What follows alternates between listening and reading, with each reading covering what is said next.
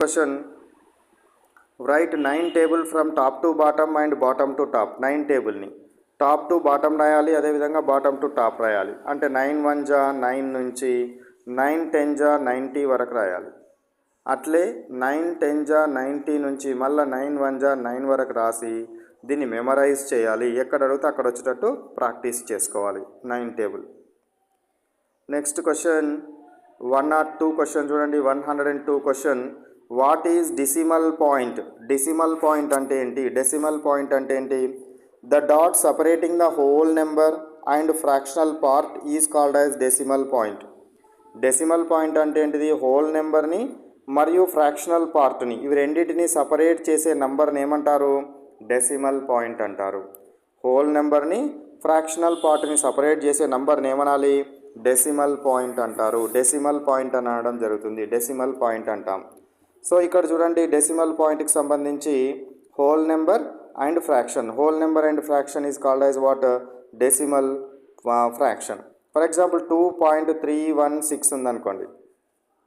ఇప్పుడు ఈ పాయింట్ తర్వాత పాయింట్ ఏదైతే ఉందో ఇది దేన్ని సపరేట్ చేస్తుంది? హోల్ నెంబర్ని ఫ్రాక్షనల్ పార్ట్. ఇదేమో ఫ్రాక్షనల్ పార్ట్, ఇదేమో హోల్ పార్ట్. హోల్ పార్ట్ ముందు నంబర్ ఏమో హోల్ పార్ట్, ఇదేమో హోల్ పార్ట్ అంటారు, దీన్నేమో ఫ్రాక్షనల్ పార్ట్ అంటారు. ఈ హోల్ పార్ట్ని ఫ్రాక్షనల్ పార్ట్ని రెండింటిని సపరేట్ చేసే ఈ పాయింట్ ఏదైతే ఉందో this point is called as what? Decimal point. దాన్ని ఏమంటారు? డెసిమల్ పాయింట్ అని అనడం జరుగుతుంది. Next come to 103 question. What is 1/10? What is 1/10? 1/10 అంటే ఏంటిదంటే if you divide one complete whole into 10 equal parts then each part is called as 1/10. అంటే నీ దగ్గర మొత్తం పార్ట్ కనుక ఉంటే దీన్ని 10 పార్ట్స్ వేయాలి. 10 పార్ట్స్ వేయాలి. ఇప్పుడు 4 అయినవి 5 6 7 8 9 10 ఇట్లా ఒక్కొక్క పార్ట్ని నేను ఈక్వల్గా చేయలేదు, ఈక్వల్గా ఉండాలి. ఒక్కొక్క పార్ట్ని ఏమనాలి? 1/10 అంటారు. ఒక్కొక్క పార్ట్ ఏమవుతుంది?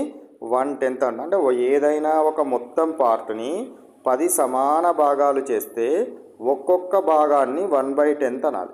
ఒక్కొక్క భాగాన్ని ఏమనాలి? 1/10 అనాలి.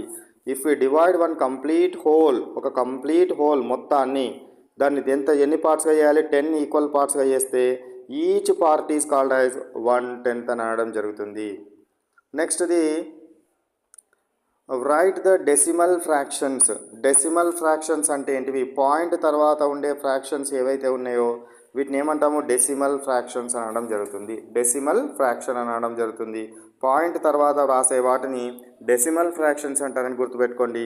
లేదా మీరు ఇవే రకంగా గుర్తుపెట్టుకున్నా సరే 0.1 0.01 0.001 are called as decimal fractions అని గుర్తుపెట్టుకోండి. Next question 105 question. 105 question. Which zeros have no value and can be dropped, can be removed? ఏ జీరోస్కి వాల్యూ ఉండదు మరియు వాటిని తీసివేయవచ్చు అంటున్నాడు. The zero in the extreme right of a decimal has no value and can be dropped. For example extreme right ఉండాలి.